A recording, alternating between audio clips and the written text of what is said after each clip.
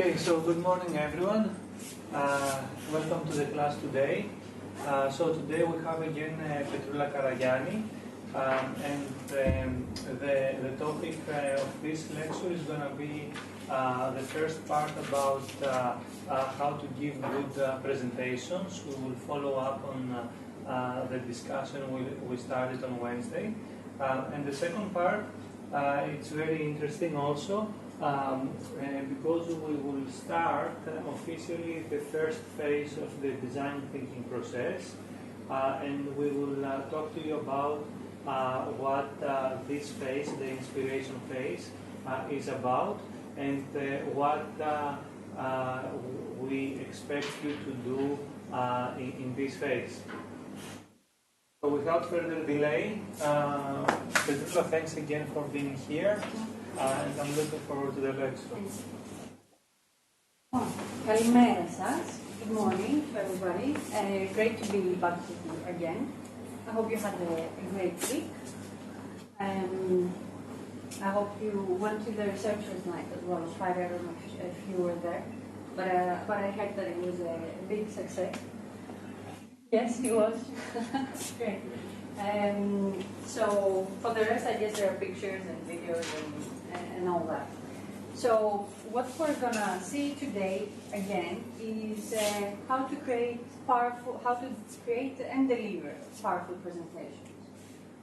And as Pavlos said last week, he said, presentations is a very important point, not only for academic life and career, for the presentations that we need to give at the scope of this course, but any time that we actually need to present ourselves, when we present ourselves to a potential employer, to potential investment, if we're young entrepreneurs looking for funding, when we present ourselves to a new person that we meet, a new acquaintance that we have. Presenting is something that it's not really a marketing thing, as a lot of people say, but it's something that helps us put our point across and have a good discussion with the person that is opposite to us. We also talked about the key characteristics of a good presentation, and Pavlos also gave some guidelines on what it takes to have a good academic presentation, good research paper presentation. And if you remember, if you go back 1 week, we also talked about what makes feedback good and what makes feedback bad. And a few things that Pavlos also mentioned, I'm just wrapping up, is that a good presentation has very good content. The presenter takes care of the vocal, of the verbal communication, on usage of voice and rhythm and pace, etc. It's very concise, as it was mentioned. Our intention is not to present everything, but the key points that are most relevant to the audience. Props and visuals is, videos, nice pictures, items that someone may use during the presentation, graphics, statistics, all that, in order to make it more appealing. Something that we forget, and I also forget a lot of times, is to breathe during a presentation and relax, especially the first moments or minutes for me. I have to remind myself to take a deep breath and to keep the pace in a mode that is also comfortable for the audience to follow. And involving your audience also is another very important thing, because it is very easy to stand here and talk for like 3 hours. Well, for me it's not easy, but anyhow, for someone it could be easy to stand here and talk for 3 hours, but it's not so much fun. And be creative. A lot of people are scared to be creative during a presentation because they think it should be done in a very specific way. I should only use, let's say, words and nothing else. But the truth is that the presentation is also a proof of who we are. So there needs to be some personal element in it.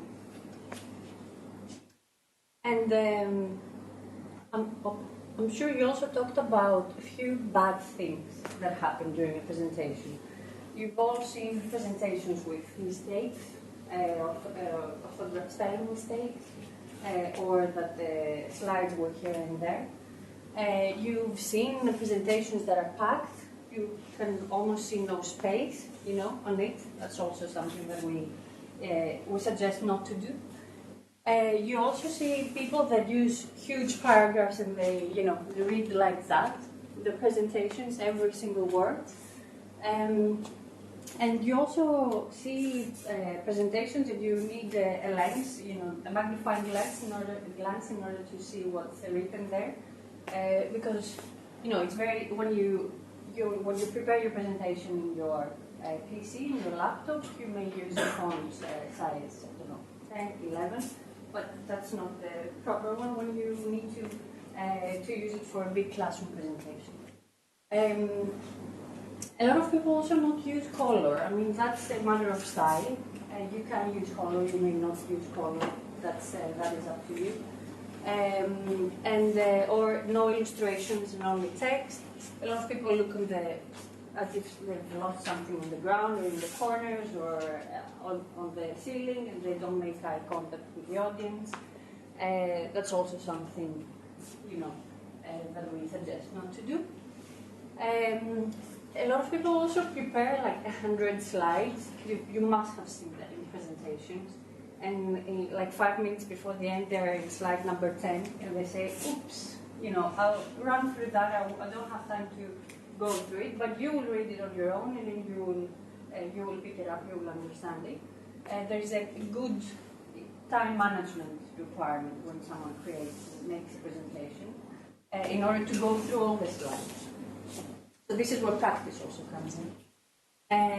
Because people that usually don't practice for a presentation, they run out of time, they miss the transitions or the links, as Pavlos also mentioned the previous time, and in general they look unprepared. One other thing that I'm sure it was mentioned was what we call body language in a presentation. So like what are all these elements that do not have to do with the excellent content that you're going to put on the slides, but have to do with how you use your voice, how you use your hands, how you use your body in general in order to support your message, and how you use your visuals, your entire picture in order to support that. And this is one interesting statistic graph that I found recently, where you see that our visual picture, like how we are, how we stand, how we dress, what slides we use, it's 55% of communication, and only 7% is what I'm going to say. Only 7% is what we're going to say. Now there are exceptions to that, of course, but this is like the general rule that applies. So after discussing all this in the previous week, I talked to Pavlos and I told him, okay, so what am I supposed to do next week? Now what's coming? And as it usually happens with questions that come in front of us, when you look for things, you always find new things, and you realize how little things you know. So I also searched for other things that I thought that it would be interesting for us to cover. So today we're going to see how to finish off with how to create powerful presentations, to sum up with a few key ideas, how to deliver also powerful presentations, how to evaluate the quality of a presentation, like what are these elements, these criteria that are going also to help you in the course, in this module, in order to succeed to it. And how do we assess the feedback given on a presentation? Like, is any feedback valuable for some reason, or we can say, okay, thank you, and I'll see what I want to do with that. So these are the things that we're going to do today, before we go into the design thinking presentation that your professor mentioned. So, creating powerful presentations.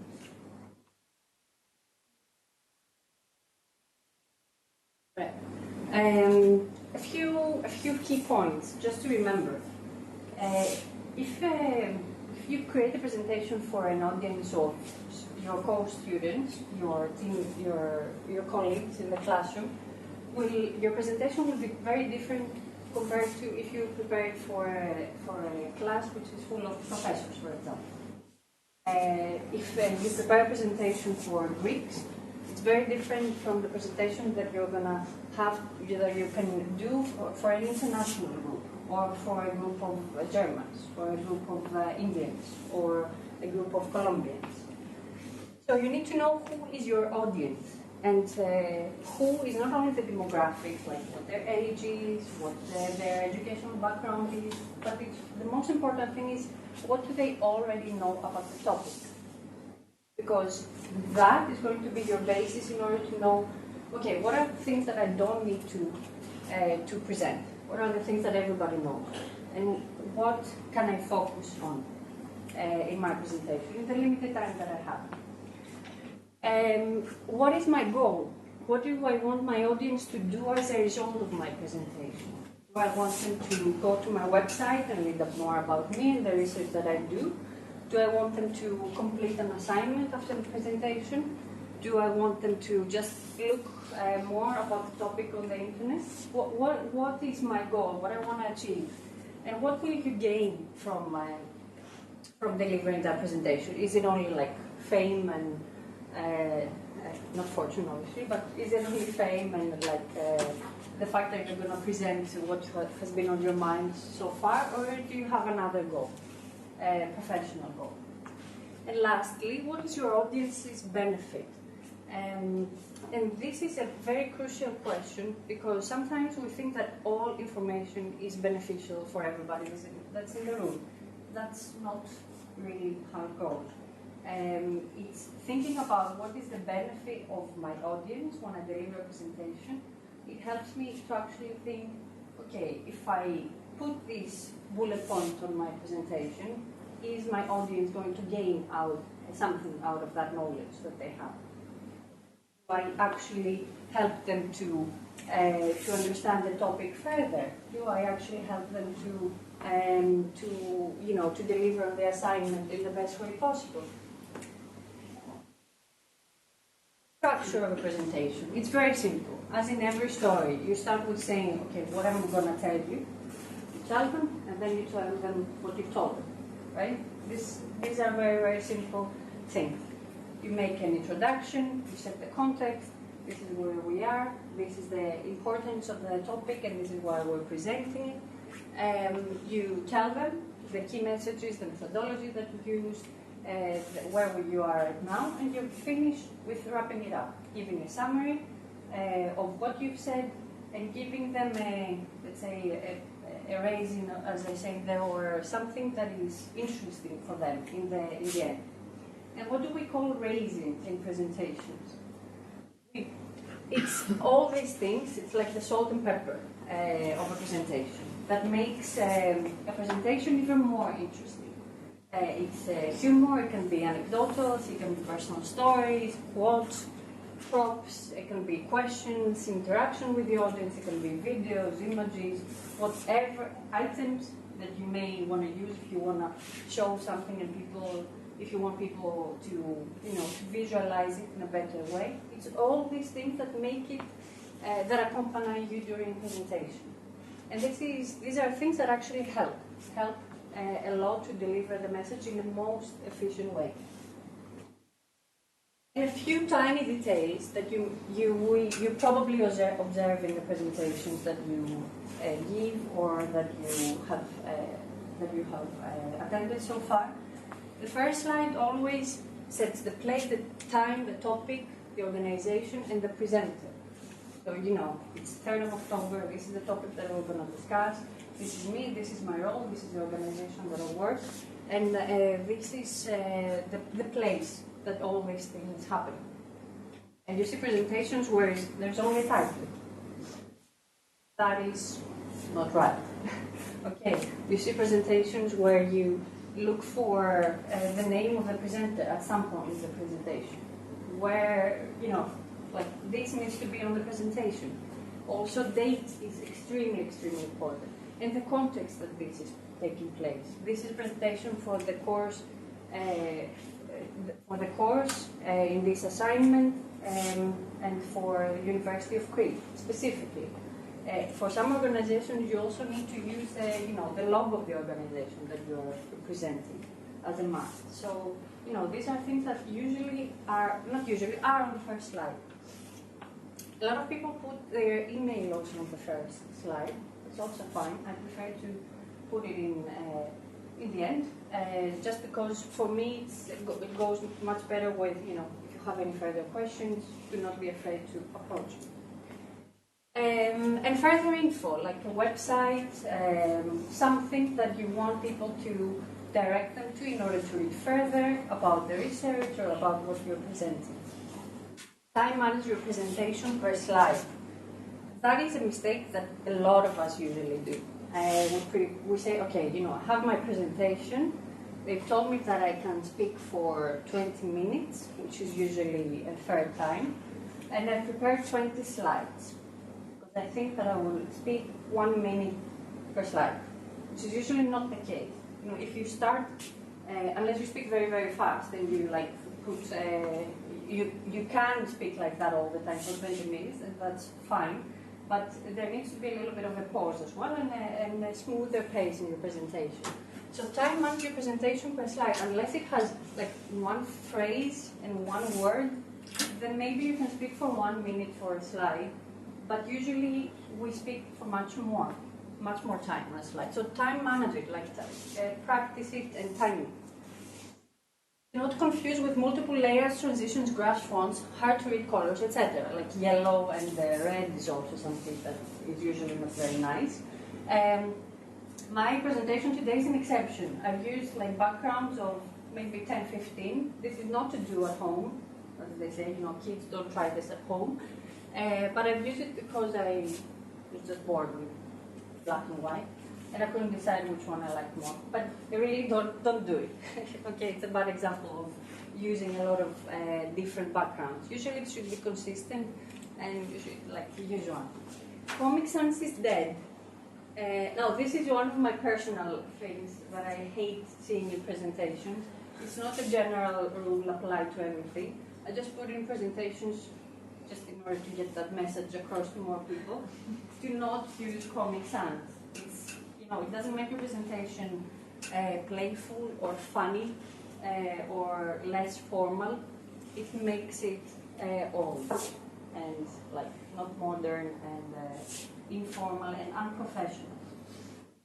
And long live the case room. Do you know that? What that means? What is it? Exactly. So keep it simple. Doesn't need to have words and paragraphs flying from left and right, and using the dissolve transition and flashing colors and all that. Keep it simple, and do it your way, but keep it simple.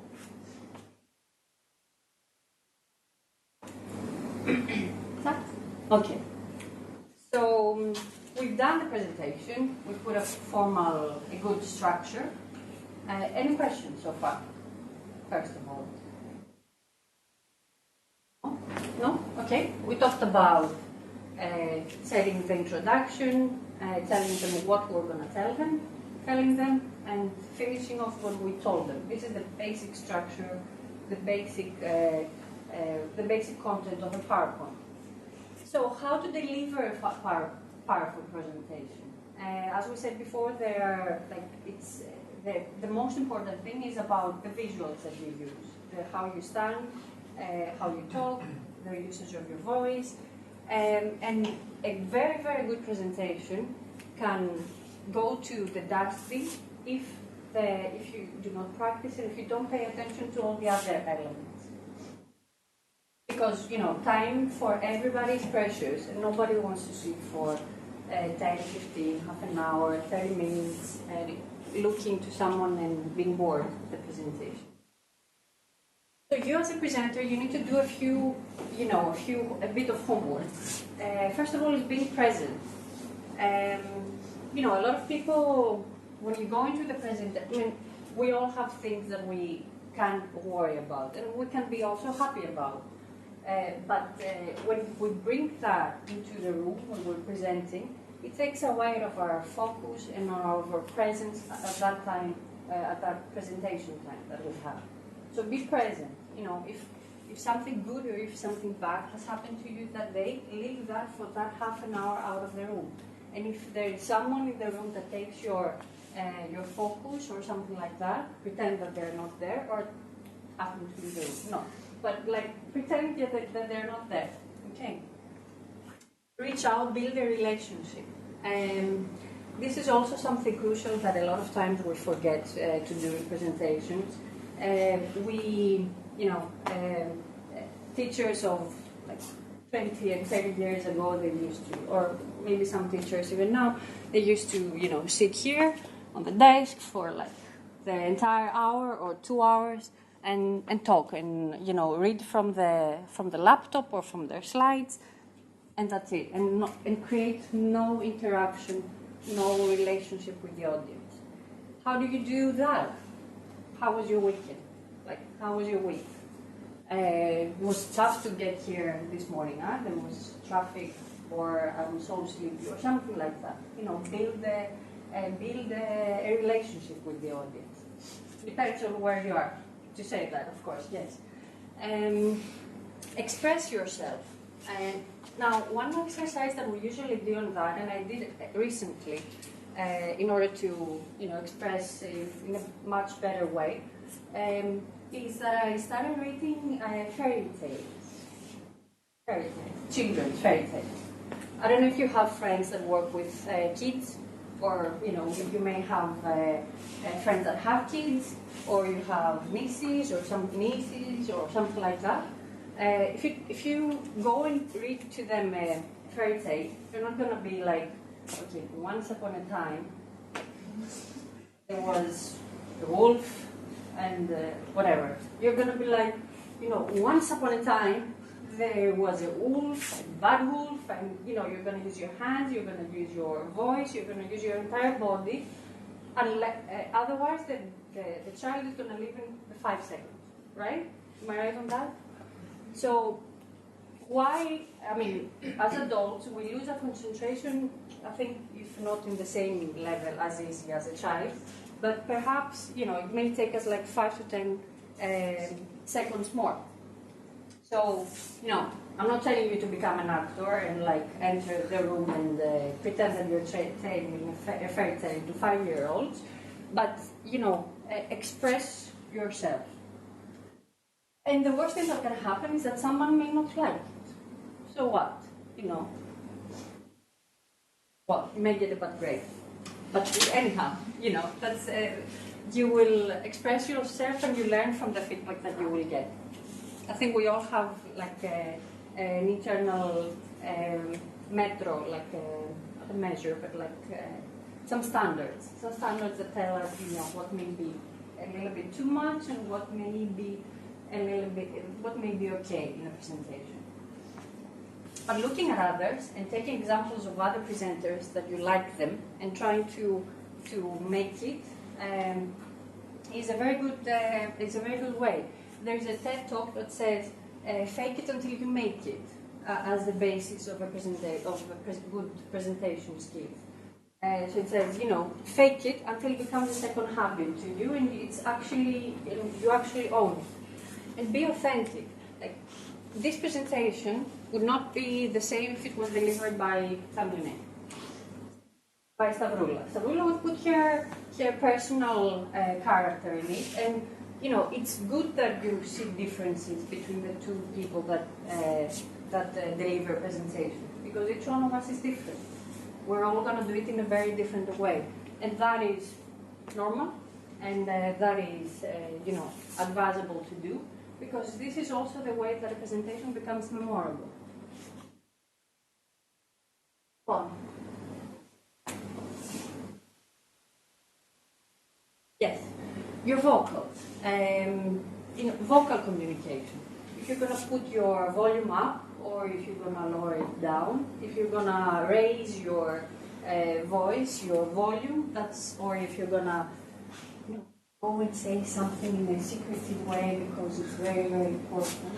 That's also very interesting in presentations. And also if you're at some point you're going to pick up the rhythm because you're in a hurry or because you're telling a very exciting story and you cannot just say it like that. There are things that also give salt and pepper to a presentation. The sound quality.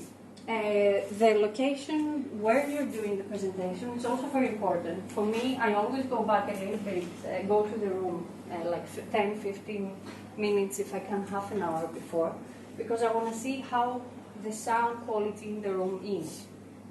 How much I need to yell if I want to use, or if I have to use a microphone, for example, if I need to be very close to the people, if I can just stand here without the microphone and everyone can listen to me in a very good way. So this is something also very important. It's important that everybody listens to you, hears you in the room, and using or not a microphone. But it's something that you need to check beforehand. You know, do I need to use a microphone? Can I just use my voice or not? Present, this whole vocal, verbal, non-vocal, non-verbal presentation is something that an organization that I'm going to show you a video now does really well. It's called Ariel Group, if I'm not wrong, and they do coaching to people that want to do presentations or want to explore other skills. And they're a group of actors.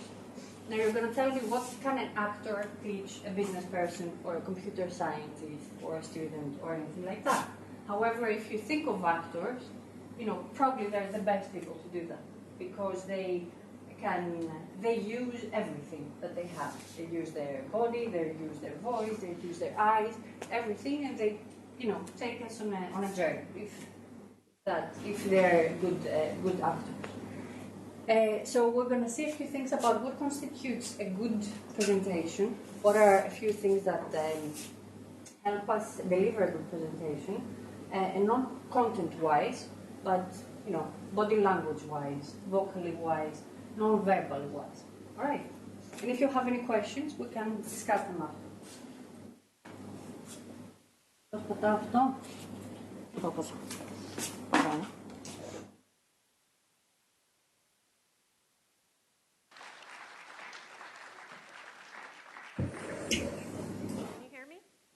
In the back, can you hear me? Great. So you've just done some really great work on the what, right? What is my pitch? And we've been together for about 25 minutes, and you already have a pitch that you feel pretty good about. So now we're going to transition to the how. How are you going to deliver your pitch? And we're going to speak about that in terms of presence.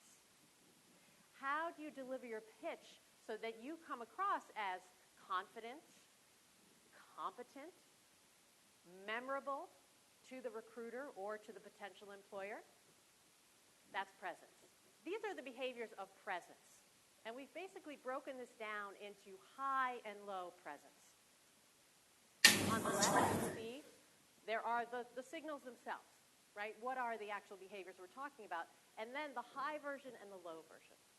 So with your indulgence, I would like to go through these just for better understanding. So, eye contact. Hi, I'm Kate Nugent, and I am looking for a position in business learning. Hi, I'm Kate Nugent, and I'm looking for a position in business learning. Language. Hi, I'm Kate Nugent, I'm looking for a position in business learning. Hi, I'm Kate Nugent, and you know, I'm thinking that I might like to kind of work in maybe business learning, something around learning in business. Okay. Breathing, full deep breaths. Hi, I'm Kate Nugent. I'm interested in business learning. Hi, I'm Kate Nugent. I'm interested in business learning. Okay. Head movement. Hi, I'm Kate Nugent. I'm interested in business learning. Hi, I'm Kate Nugent. I'm interested in business learning. Face touching. Hi, I'm Kate Nugent. I'm interested in business learning. Hi, I'm Kate Nugent. I'm interested in business learning. Okay. Feet. Hi, I'm Kate Nugent. I'm interested in business learning. Hi, I'm Kate Nugent, and I'm interested in business learning. Okay. Body language. Hi, I'm Kate Nugent. I'm interested in business learning. Hi, I'm Kate Nugent. I'm interested in business learning. Two more. Voice. Hi, I'm Kate Nugent. I'm interested in business learning. Hi, I'm Kate Nugent, and I'm interested in business learning. Silence. Hi, I'm Kate Nugent. I'm interested in business learning. Hi, it's so great to meet you. My name's Kate Nugent, and it's so wonderful to be here at South by Southwest. I'm interested in business learning, and anything that has to do with learning. I'm such a learner. Yeah. Do you have any questions for me? No? Okay. Thank you. Thank you.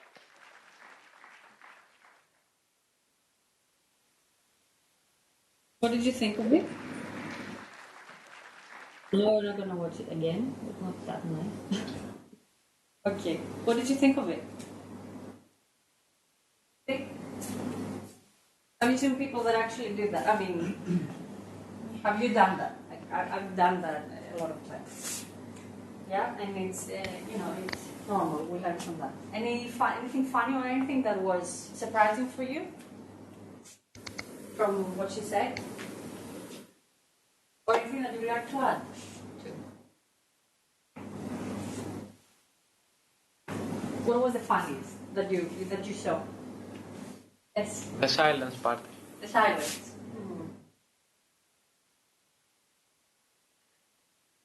That's a lot of stress there, I think. We're just afraid, terrified of the silence. We think that there's something wrong if there is silence. That's a very good point. All right. So, there's a point. There is a reason why we're doing all that. Apart from the next courses, there's something happening after the break. So let's move on. Feedback on presentations. We've talked a little bit about that in the previous session, in previous Monday, where we talked about how to give feedback, good or bad, to a team colleague, someone that you're working with. And feedback on presentations is something that we're going to work on during the course of this module, of course. But it is also something that creates a better team environment because it builds up on a culture of openness, of authenticity, and of transparency between the team members. Feedback on presentations. A little bit of a wrap-up. Yeah, sorry.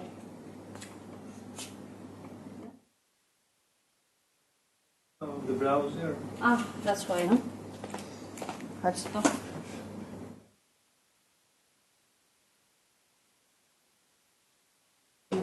Yes, okay. So, feedback, the guiding questions, which you can use when you build your presentation or when you're asked to give feedback to someone. Is the story supporting the key message? So, the person has put 10 slides. Are they relevant to the topic of the presentation? Or are there nice information which could also not be there? Is there a flow in the story? Is one slide building on the other? And is it helping me to understand the topic that is being presented to me? Does the presenter use the appropriate vocal, verbal, and non-verbal techniques? Like videos and dancing and whatever, it's not the best for any kind of presentation, or creating flashy presentations with a little bit of risky language, etc. There is a time for everything. Does the presenter inspire you to learn what there is for your benefit? Is it clear what you're meant to do with this kind of information? Is it helping you learn more? Is it helping you advance your knowledge? Is it helping you with your project? Are you getting something out of it? And that is something that you know, it's not so self-explanatory that we all manage to do during our presentations. Because we say, okay, you know, my objective is to present, is to put whatever I can on these beautiful, beautiful slides. And I forget to present it in a way that I show to the other person why is it beneficial for them to learn that or to hear me for these 10 to 15 minutes. And these are some criteria that we use. And as you see, they're split in 3 categories: content-wise, organization-wise, and delivery-wise. And there's another question down there, which we're gonna you know, tell you what it is. It says, what were the strong points of the presentation, and what were the elements that could be improved? In terms of content, we see clarity, quality, originality, significance of a project, and how all the elements support the key message. Especially, I would say that, you know, from my experience, clarity is sometimes an issue, because it can be challenging to put a research paper in 5 slides, let's say, without making it packed. And you remember one of the commandments, you know, without actually leaving no space on the presentation. That can be a challenge. And significance of a project, like why is it interesting for me to listen to you now for 10 minutes? What do I have to gain from that? Why is it necessary for me in the scope of this module to listen to your research paper presentation? Why do I need to sit and look at you for the next 10-15 minutes?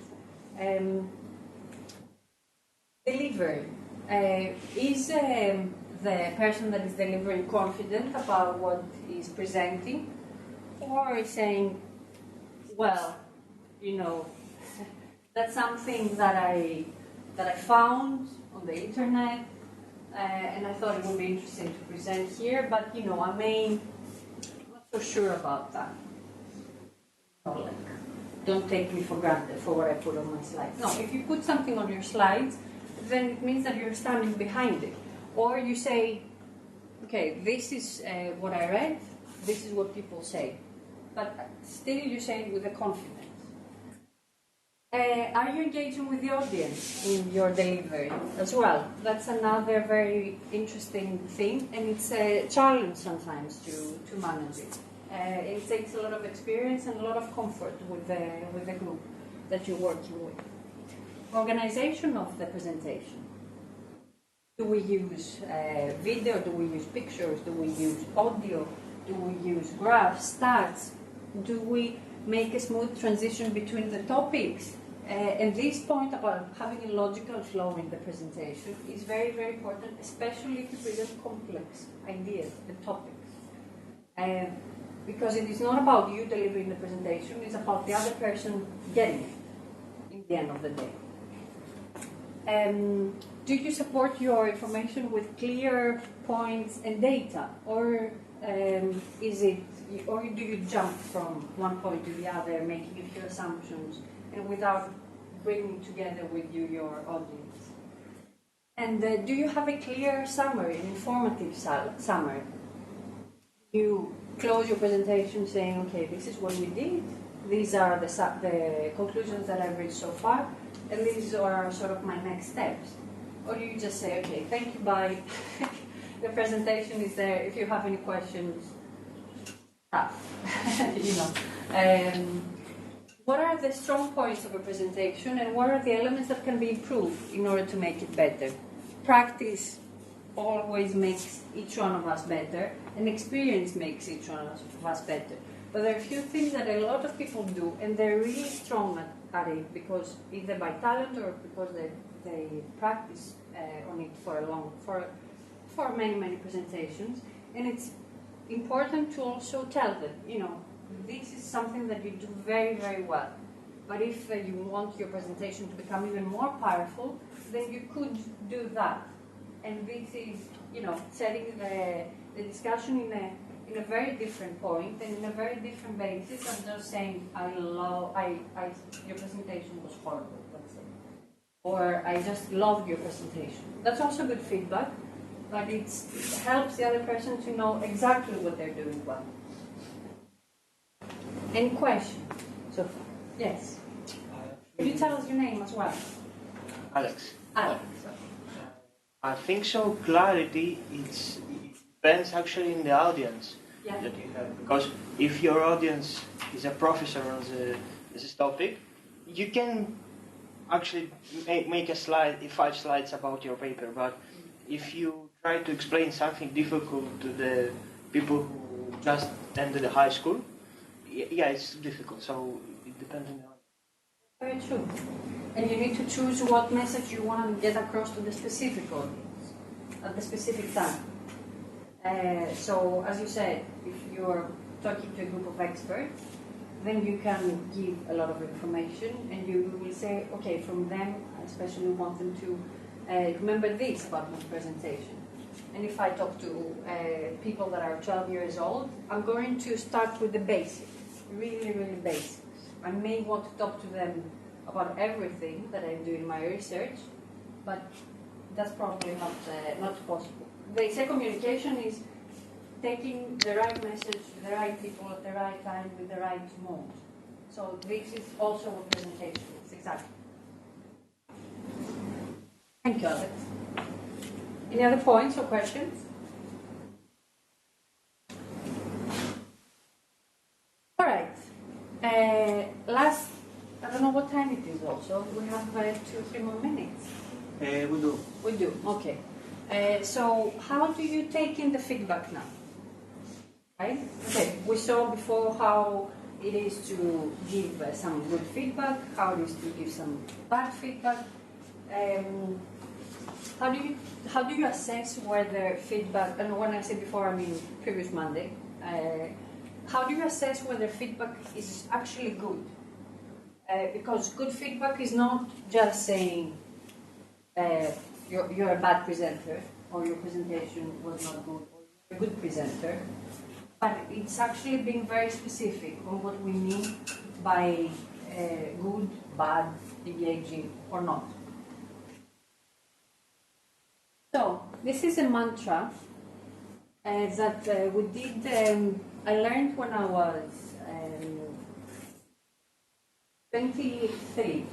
It was 22. It was my first It was my first year abroad in the Netherlands, and there I worked in a team in a not-for-profit organization, in a team with people from all over the world. We're like 25 young people from different backgrounds, from Colombia to India and Canada and Venezuela and Portugal and everywhere, and China, of course, and. We were called for 1 year were selected to work together. And, we may think that cooperation is very easy and there are no big cultural differences amongst how between how you give feedback or how one receives feedback, but the truth is that there are a lot. And at that time we had a team that does professional coaching, and they had come to us, and their objective was to make us more acceptable to feedback. And we're like, come on, we're not monsters. Somebody tells us something, of course we accept it. If it's logical, if it's grounded, if it is like this, and if it is like that, and if it is told in the best way possible, and if people are very polite, if we know them, and if we worked before with them, and if we know their intentions, of course we accept it. Right. Okay. So that's an ideal scenario that's probably never going to happen. Right? There's never going to be all these ifs taking place at the same time. So they taught us this, which for me has worked very smoothly for the next years that I worked. We did exercises where giving and receiving feedback, and the receiving person would actually say that, this is only an assessment. It may be true or false, grounded or ungrounded. I'm grateful you shared it with me. I will think it through and perhaps get back to you to discuss it further. Like a poem, like a small, short poem that you teach little children, but it's actually a process that helps a lot of people go through the feedback process and puts feedback, assessments in the dimension that the real dimension, that it's just a feedback. It's just an assessment of someone at a very specific time, a place, where he or she said, this works, this doesn't work. We're grateful for that feedback because somebody has taken the time to actually give it to us. And if we find that there is some gist to it, we take it further and we discuss it with them. I advise you to remember that, even the first lines. This is a feedback. It's just a feedback. It may be grounded, it may be ungrounded. It may be true or false. Thank you very much for giving it to me. And if you want any file, then I will think it through and get back to you if I have more questions. And 11 years afterwards, I remember it still. It's pretty good. All right, so we also talked about that in the previous time. I don't know if you remember this slide. It was different, but the content is the same. Feedback is a love and hate relationship because it goes against two basic needs of a human being. Our love, our need to be accepted exactly as we are, and our need to evolve and develop. And what we need to remember in corporations, in working together, when we receive a feedback, is that feedback has actually nothing really to do with all these things. It doesn't change who we are, and it doesn't stop us from evolving. It's just a piece of information that we will choose how we will react with. These are the tips that we also discussed the previous time. I won't go through them. You can just go through them quickly as a fresh reminder. What I would stress is on the last point, which is not seen, stress on the impact this has on the team or on the culture or the organization, and not make a general judgment. So what do we mean by that? I'll do a quick example and we'll go on the break. You saw in the presentations, he said, this is a really bad thing to do, right? In the presentation. If somebody can give me feedback and can tell me, crossing your hands, your arms is bad. And we do a lot of bad things. Why should I stop that? Really, I like it. It's comfortable. If somebody tells me, what's your name? Priscilla tells me, crossing your arms means that you feel uncomfortable, that you are scared, or transmits that message to you. It doesn't mean that, but it transmits the message that you're uncomfortable, that you are insecure and you want to defend yourself in some way. And this is not the best way to do it if you want to have an open relationship with your audience, right? So that I understand. It's bad feedback, I don't get it. I don't understand why I need to change it. But this, it connects with something in my brain, and it actually tells me, okay, that makes sense. Thank you for your feedback. I will try and change it because I don't want to create a distance between me and my audience. Okay. This is exactly what we mean when we say that when we give feedback, we stress on the impact that something has on the group, on the team, or the culture and the organization that we work in. All right. Okay. So we go on a break, and if I'm not wrong, yes, afterwards we're going to play. Thank you very much.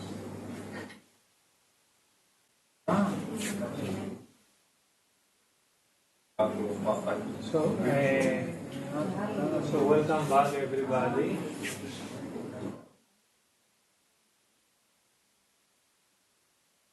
So before we start, let me make a couple of announcements. So first of all, we will let you know about the themes. The plan is by today. Have you all submitted your preferences regarding the themes? What? Team members. Team members, precisely. Okay, so tonight by tonight we'll let you know the themes. So practically the group work begins. This is one announcement regarding the papers. Have you all selected a paper? Is there anyone, let me ask, that hasn't selected a paper yet? You? Okay. Then maybe come find me at the end. Is the list of papers, are all papers taken at the moment? No. What? No. There are 3 papers. Then you please take one of the 3 papers. So on Wednesday we have the first paper presentation. Who is presenting on Wednesday? Not here.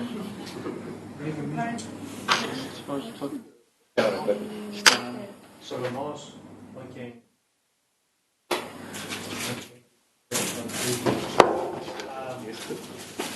So let me also say regarding the presentation and with respect to giving feedback that we were all discussing now, during the presentations that start on Wednesday, the research paper presentations, we will hand out some papers before the presentation and where you can fill out feedback based on the structure that Petroula discussed a couple of slides before.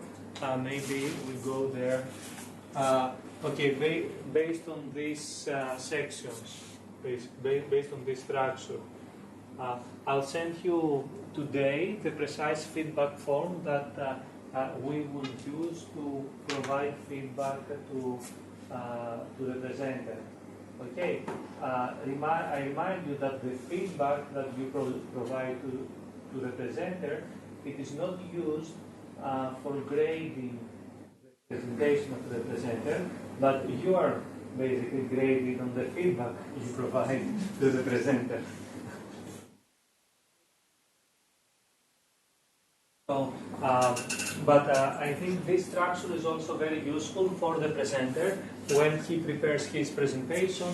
It's good to know, that's a short summary of what he needs to remember about the many different things we discussed today and on Wednesday. Okay. And one last thing. When we will announce the themes at the end of the course, you will also be asked to secretly grade your teammates in the team. Okay. Basically, this is used. This will be used to help you, and I hope we won't have any such situations. But to help you avoid cases where basically a teammate doesn't do anything and he expects everything from the rest of the team. And this basically gradings you will give to your teammates. I mean, I expect that normally they will be all good. But if we see that one person is consistently graded by his teammates as he didn't help much in the team, then his grade might be calibrated to reflect that. So that's final note. And Petroula, let's play. Okay. On the final point you mentioned, I think, if I may just add on that, I think it's also the most healthy form of accountability for the team to give feedback and feel that one is accountable to the other. It's the most healthy form that you will find in businesses and organizations, I think. Because it takes away from, there's always someone else to blame and somebody else's responsibility that we do very easily in Greece specifically. So Kratos, where's the Prime Minister, where's the state, where is always someone else, and it's never us to take responsibility and ownership of what's happening. So this internal form of accountability is the healthiest, so I think it's great thing to do. Alright, so you remember these. I'm going to leave them there. No, I'm not going to leave. I'm going to bring them back. when we finish playing. You had your break, okay? You had your coffee, I hope. You're all awake.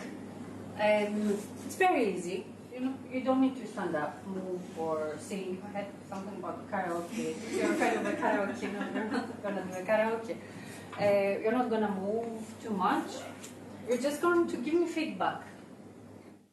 See, I'm going to present for 3 minutes, something, and then you're going to give me feedback. Half of you. The rest of you, let's say it was split like this, so you're going to give me feedback. The rest you're going to give feedback to the feedback. And to me, who is accepting or not the feedback. Good? Clear? We can do a demonstration afterwards, if it's not clear. Ready? Alright. Let me put the slide. There we go. Εντάξει, Δευτέρη, let's go. Λοιπόν, καλημέρα. Είμαι η Πετρούλα και ήρθα να σας μιλήσω για τη Ζηρίχη, που είναι η πρωτεύουσα της Ελβετίας. Πρωτεύουσα της Ελβετίας, νομίζω. Λοιπόν, ζούσα εκεί πριν από 7 περίπου χρόνια. Είναι μια υπέροχη χώρα η οποία κατοίκους. Το έχω γράψει και πουθενά. Έχει, νομίζω, γύρω στους 500.000 κατοίκους. Σωστά, για να δω. Ναι, λοιπόν, έχει γύρω στους... Το διαβάζω καλύτερα, είναι πιο απλό. Oh, I'm sorry. In English, of course. It's Zurich. I was living there 10 years ago.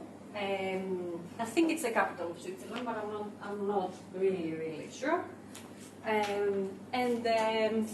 There would be a lot of things that I could talk to you about, but I don't think you would understand really.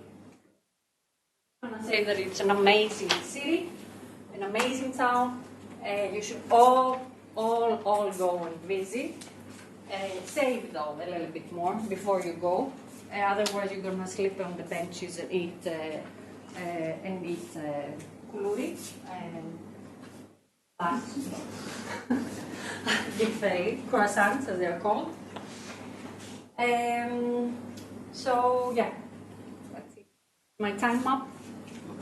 Oops. Okay. So what should I say now? Yes, I didn't have time to prepare anything else, unfortunately. So this is it. If you have some feedback, I would be really happy to receive it. Even though you're not too experienced, but still, I can listen to what you have to say. Okay. 45 seconds.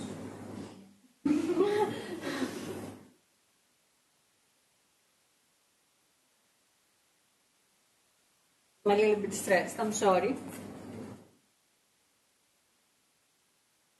Okay, I don't have anything else to say. That was all that I had prepared. Okay, that's it. Brilliant, I know. So, the half, you give me feedback based on the things that, by the way, the English Greek thing I didn't plan it. That was a mistake. I thought actual mistake. You didn't take care of audience. I was about to interpret. You didn't take care of audience. So, exactly. So, these are feedback tricks and tips. You remember them. Stress on the impact that what I did had on the group, on the team, on the audience, according to your perception. Be very specific. If you can give me an idea of what I would do differently, that would also be great. And, yes.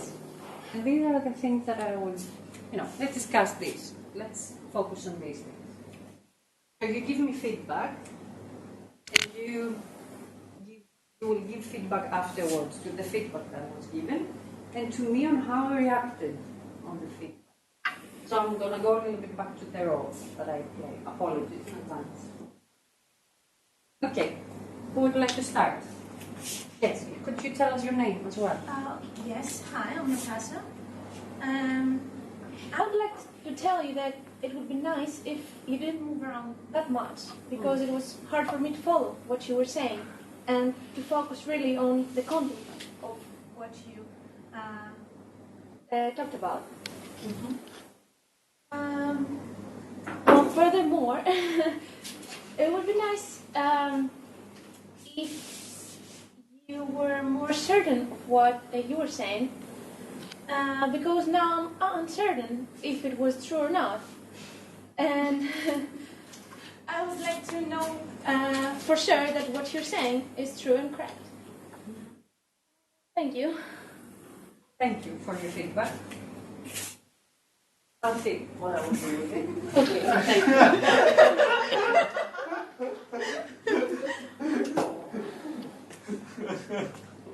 I'm back in the roles, just remembering that. Okay, next. Anyone else? Yes. I'm Sam. Sam. I think you would like eye contact with the audience. You were most of the time just looking in the paper. Better you would have eye contact. Thank you. Was there anything good? That's good. That's good. Anything particular? Your speaking was clear. Also clear to me. There's always something good to find, even in these situations. That's a very good lesson. Yes. Yes. Anyone else? Yes. I am Nikos.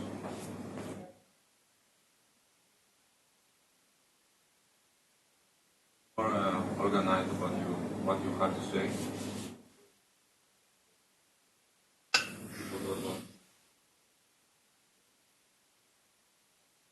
Why is that important to be organized? Because it's so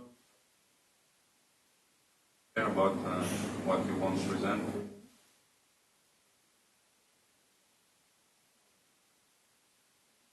Are consistent.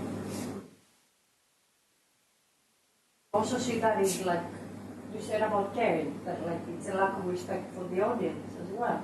The fact that I didn't spend time. Okay. So say that. Great. Yes. Hi, I'm Fontas. I couldn't stand the presentation. It was horrible. I hated it. And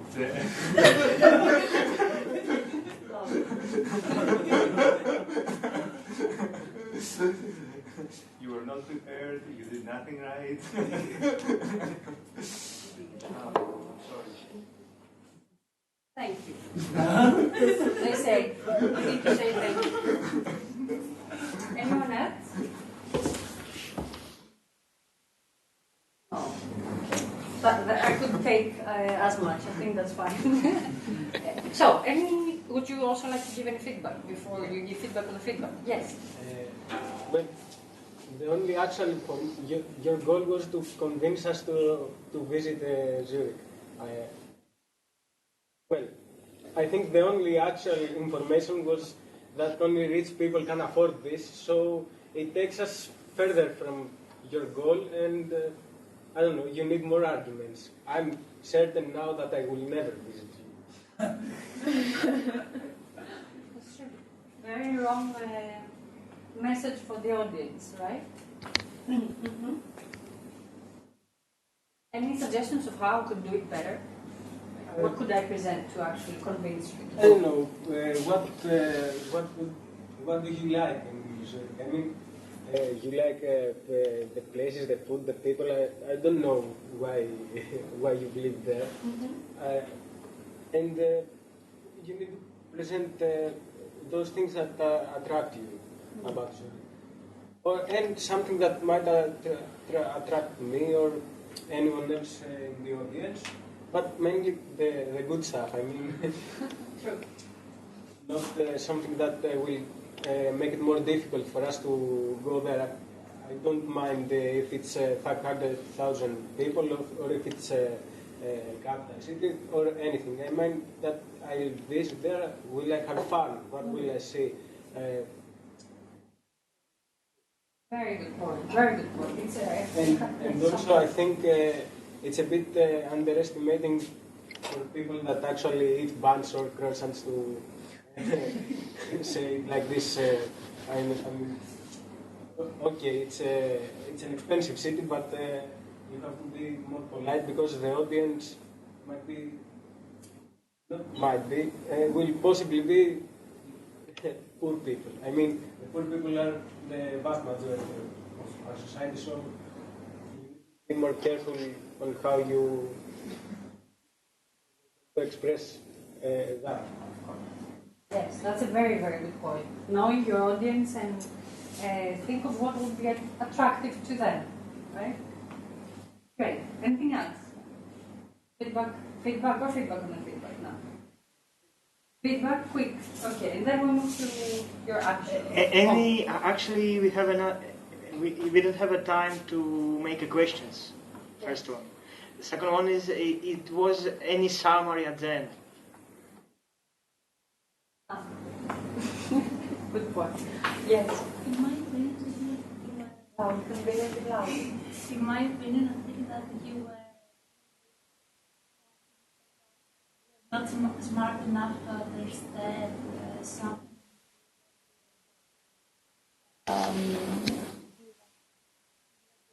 explain to us. Yeah.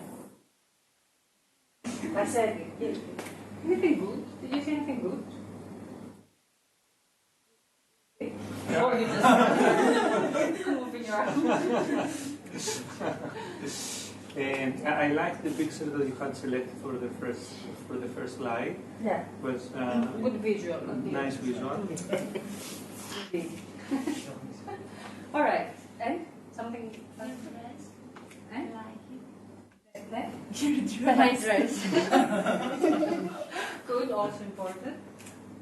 Great. More. Good feedback. Really. The slide were informative. Right? The slide. Was. It shows about the city. At least. You get a glimpse of it. Yeah. Even if I don't say anything, at least you remember now. Great. Okay. Was really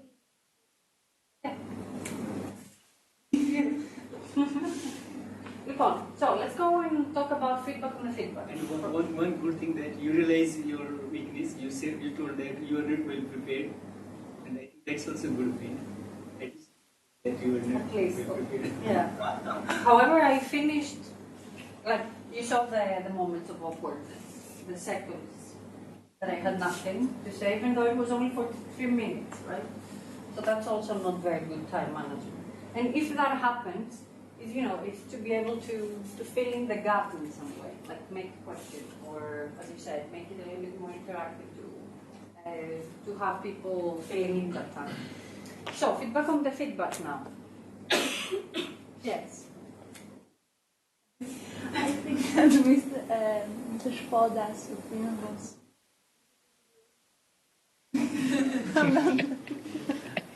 What did you say? he said that he didn't like anything. It was horrible. Yeah, it was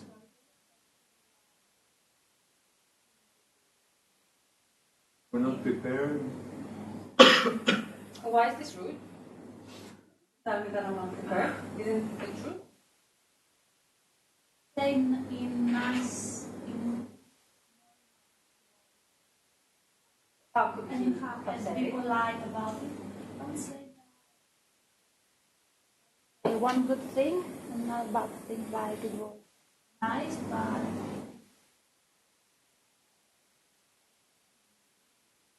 prepared with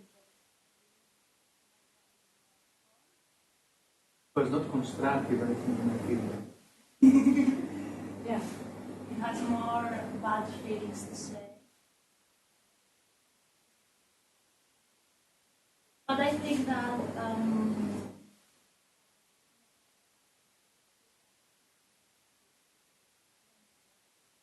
My reaction to Natasha's feedback? I do this, but I'm not that sure.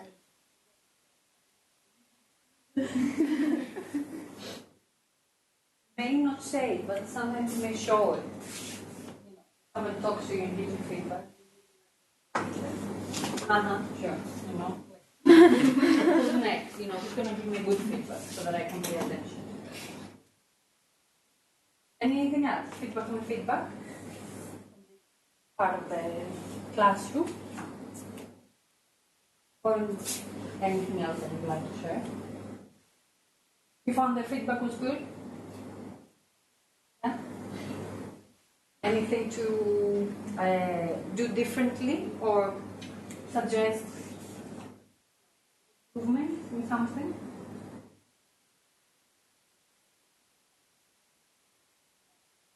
Well done. You did very well. I think you also were giving, you were very clear, very precise. You had eye contact, that's also important. And you also used the rule of saying, what is the impact that may have on the audience, on the people that are around. And that moves the conversation from me and you to everybody. Makes it a little bit more general and more personal. Very important. Anything else to note? I will move.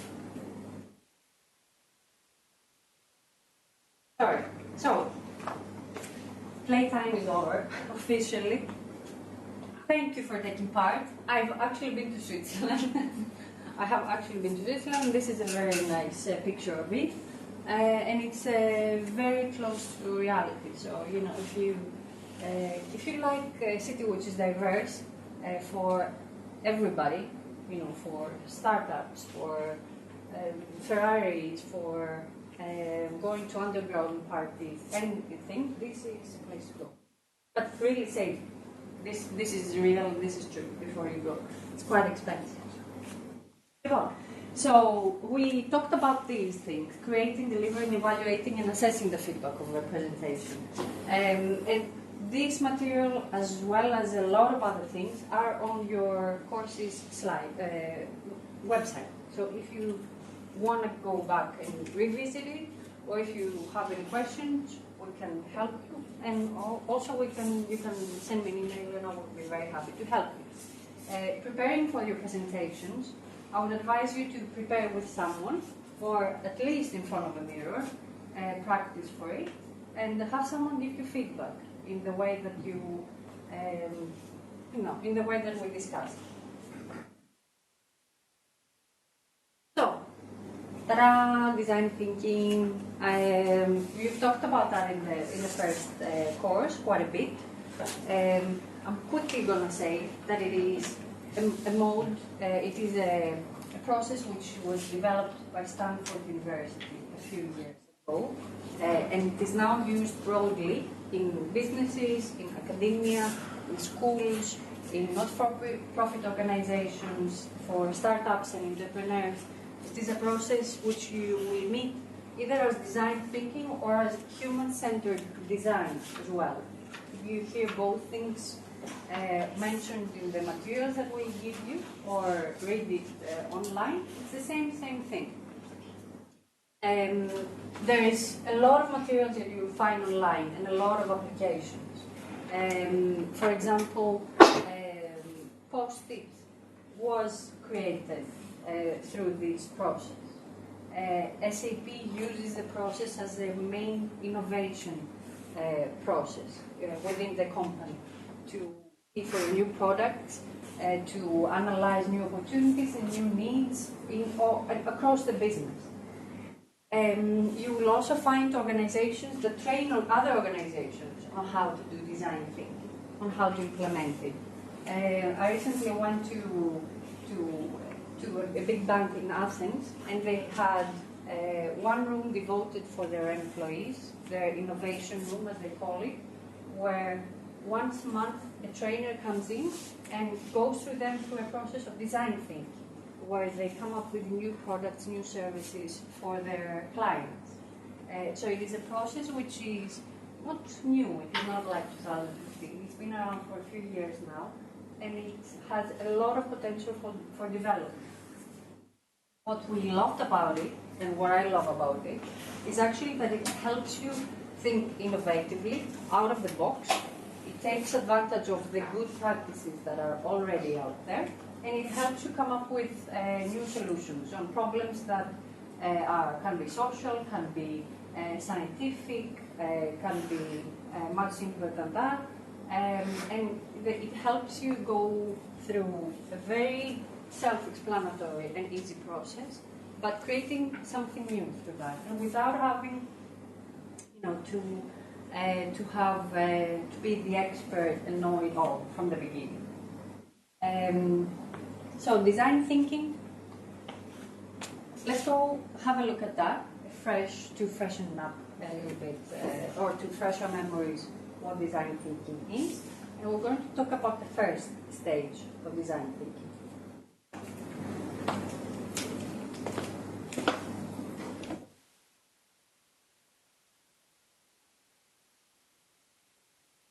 One that starts with people and ends with is a creative approach to problem solving. One that starts with people and ends with innovative solutions tailored to meet their needs. Understand the people you're trying to reach and then design from their perspective.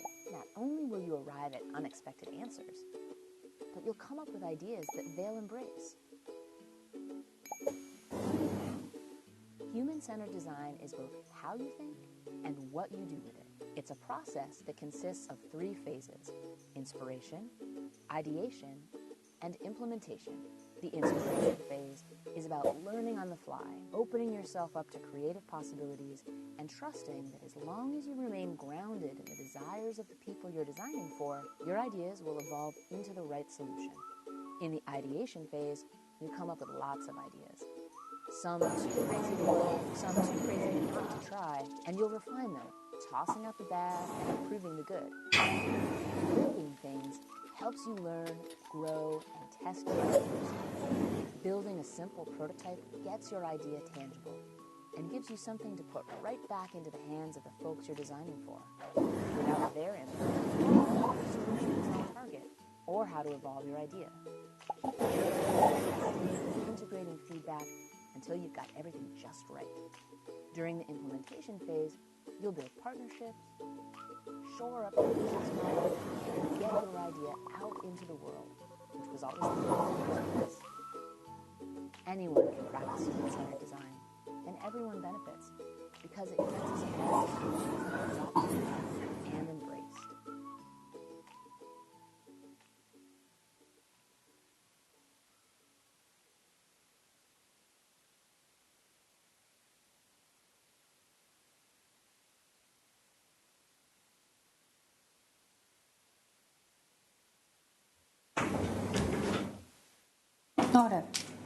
So, design process, human-centered design, design thinking. It's the same thing. Inspiration, ideation, implementation. These are the 3 stages that we're going to go through.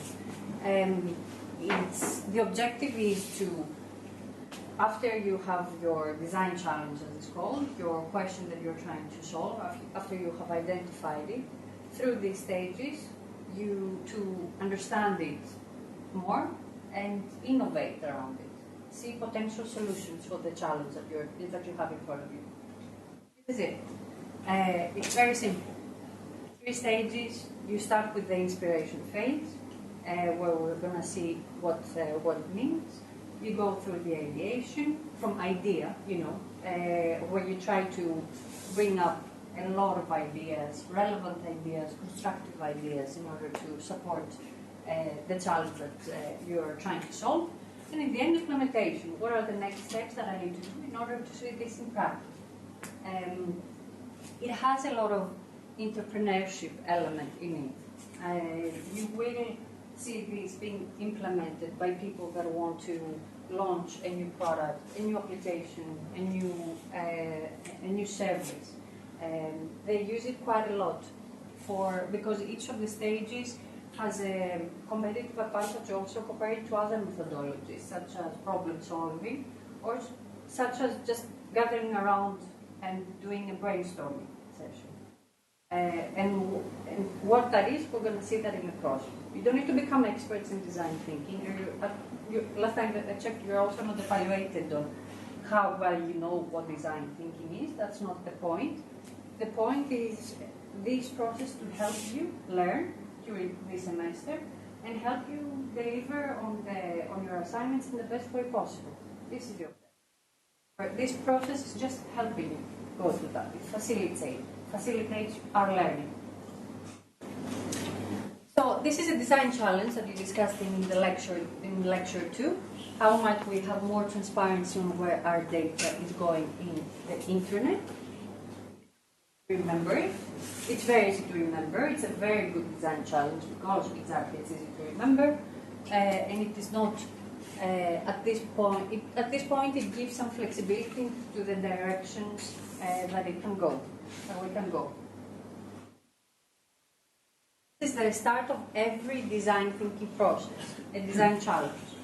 It can be this in a group or in a project that you are working. It can be something else. This changes according to the vision and to the purpose that the team has. So the inspiration phase has two main objectives: to understand the challenge that we have in front of us. What does that mean? What does that phrase actually mean? And to understand the people or the organizations that we're trying to provide a solution for. And the last part, the B, is something that a lot of times we forget when we go into an innovation process. You say, you must have some products in the market where they reach to the launch, and you meet them and you say, okay, who needs this? Who said that this is actually necessary in Greece in 2016, for example? Something went wrong probably in the innovation design process or needs analysis, where they said, okay, there is actually somebody that will benefit out of that. There is actually someone who needs the solution, the product that we're trying to solve. And then usually these products don't have a very long life cycle.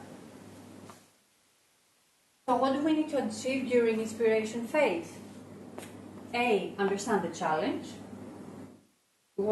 How might we improve transparency of the data that people have? How might we have more transparency on where our data is going in the internet? So our first objective is to understand that. And that is going to happen through your research papers, presentations, and analyses and studying of them. That's why, apart from your own presentation, it's also very important to follow and understand what the other people represent. So it's going to happen. So the first part includes to understand what we already know about the challenge, and also understand what are the elements that we still don't know so much about them. Or we think we know a little bit. And we need to learn more in order to define the challenge in a better way. This is the first part, understanding the challenge that we have in front of us. Yes. Can I add here something?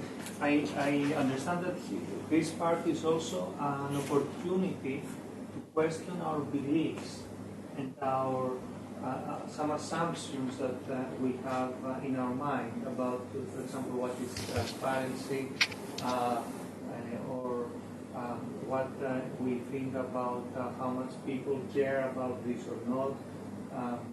So it's a question for ourselves, and also to try to understand, basically what we have here, and maybe question it also. Then take this to a further step, because by questioning our beliefs is one, I think, element that helps innovation.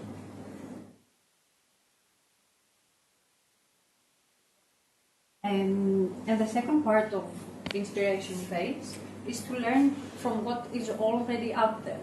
This is something that a lot of organizations don't usually do when we go, or people, or when we try to solve a problem. We don't go and check what is already out there, what people are already discussing, if there are solutions that are similar to ours, and we reinvent the wheel. So what design thinking says, before you actually go and start thinking about solutions and crazy ideas, check what is already out there, what already people are doing. I don't think that's very complicated, and it's a very logical thing to do.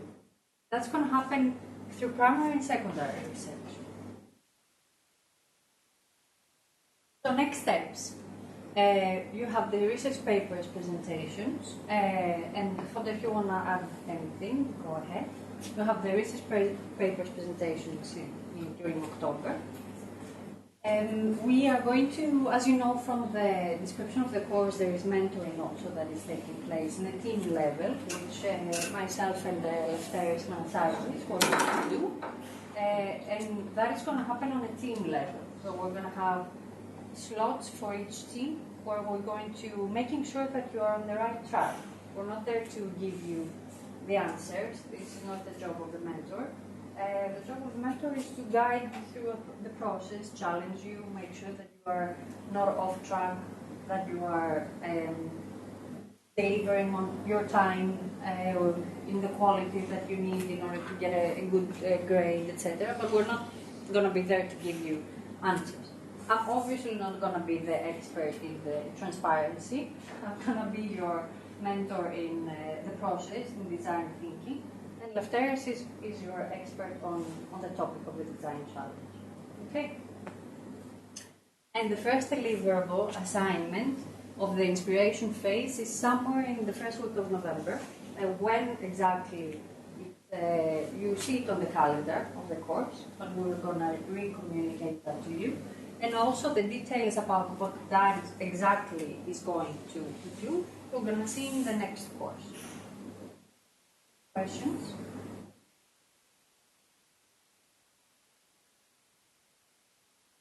Stress, screams, anxiety, something, any reaction?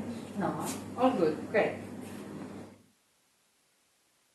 One of the things that I would like to advise you as we're closing, I'm closing and then from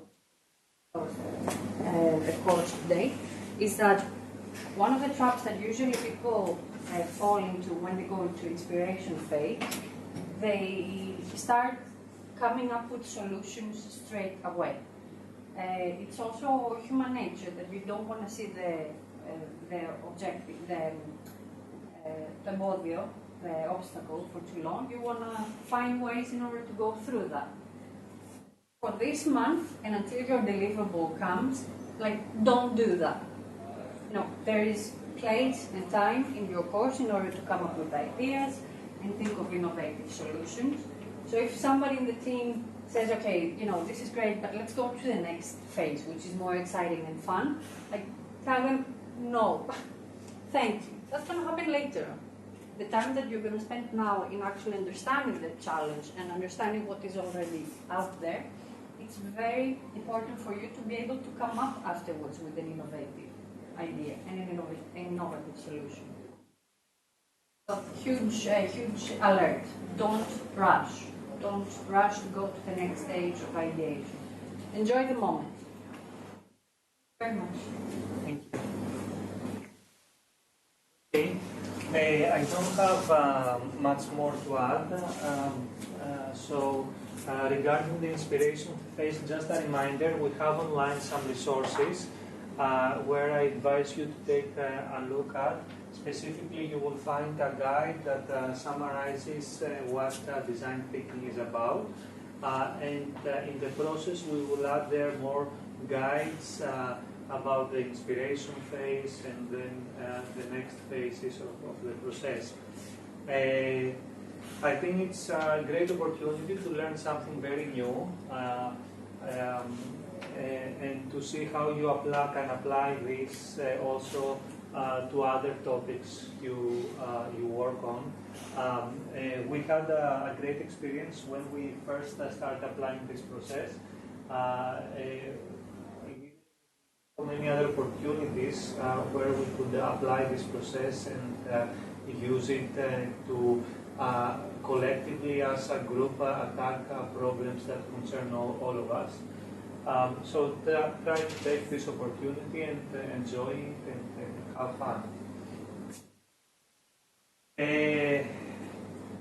Okay, so see you back on Wednesday. On Wednesday we go back to our nominal classroom. and we have the first presentations. So by now, the schedule of presentations should be finalized. If anyone hasn't taken yet, hasn't booked a paper, please talk to me. And closing, I'd like to thank Petroula again. It's been a great pleasure and opportunity to have you here. We will have Petroula once more here towards the end. I think now it's around end of November, I think,